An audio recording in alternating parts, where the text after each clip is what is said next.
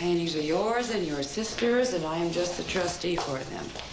But in this, you'll just have to accept my judgment. Godmother, I do. Don't tell your father. I won't. He's always just looking to find fault. He's got problems of his own these days. Did I tell you about the time I had to change banks when he had this little clerk informing him about what was going on in my accounts? I know, Ma. That was years ago. Can you imagine? Anyway, my new fella's richer than your father, cuter than your father, and smarter than your father. I see you coaxed LK into a lighter color rug. Diana, stop that. No, he looks cute. I mean, every time they ran a picture of him in The Guardian, he always looks so darned guilty. Your father is a skunk. You know, the only reason he's chasing after LK is to get to me. Yeah? Yeah, he's a wretch. Pure and simple. And don't put anything past him. Mama, you think we can ever get to a conversation without talking about Daddy? Oh, don't be silly. He never enters my mind.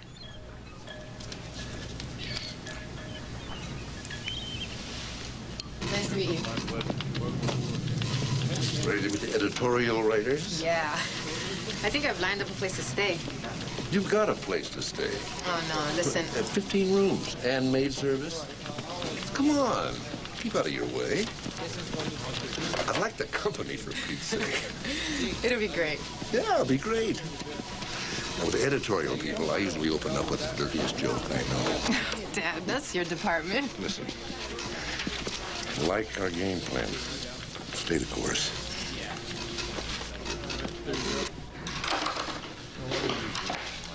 Let me feel your hand. Nice cold. Must be my daughter. Okay. Ah, the prison writing program. Have a chair, Felicia. I have been making this introduction all day, and I have to tell you, there are no words to express the satisfaction I feel in presenting to you our new associate publisher, late of El Eco di Miami, Felicia Keys Saldivar. Your meeting, Felicia. Don't let her take away your parking space. I should confess to you that editorial policy is a particular interest of mine. In general, I agree with the trend of newspapers to become more reader-friendly. But there is one area where I would like our readers' respect: editorial policy. No more feel-good editorials about the first day of spring and the blue jay feeders in the backyard. And no more checking the polls before we decide how this paper stands on issues. Excuse me. Yes. Gail Brody, senior editor. I've been asked to represent all of us at this meeting. Sure, Gail. Rumors, of course, have been flying all day. Can we get a picture of where you fit on the political spectrum? I know this is an unfair question, but It's not unfair at all. I am a recovering libertarian. What about editorial independence? I will be approving all policy decisions. I hope that this matter is open to negotiation. Because if it isn't, my colleagues have authorized me to tell you that Mr. Keys will find 7 resignations on his desk at the end of the day. I'm sorry. I'm new at all of this, and I probably didn't explain things clearly. Your resignations should come to me, not to Buddy. So if you have them with you, I'll take them now.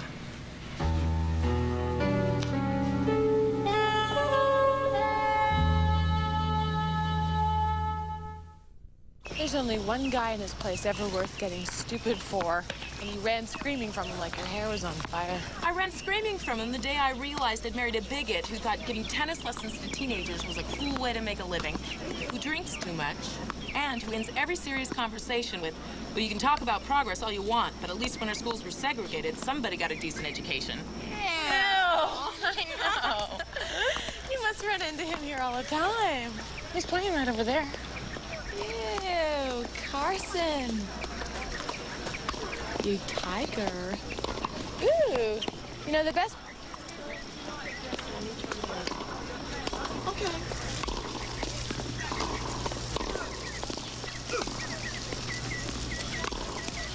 Yeah, she's been stalking the Carters, firing at anything that moves. Apparently, Buddy's giving her free rein. Or at least a long leash, if you know what I mean.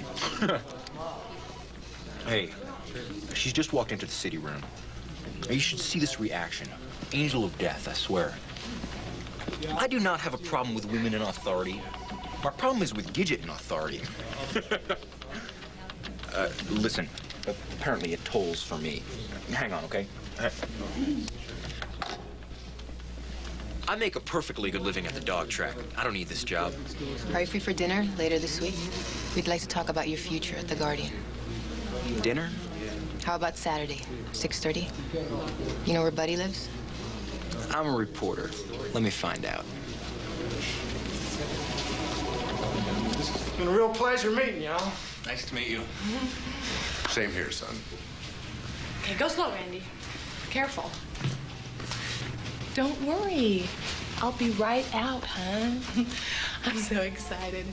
I am gonna just love the racing business. Let me check him out, sweetie, and see if he's as stupid as he looks. No, you're not the one getting in business with him. I am. Daddy, please. This is gonna be a hell of a lot of fun, but it isn't foolishness. Let me run my own show. All right. Scram. Adios. But I think a little caution might... Cut her a check for what she wants and find out about the cluck. Sue me.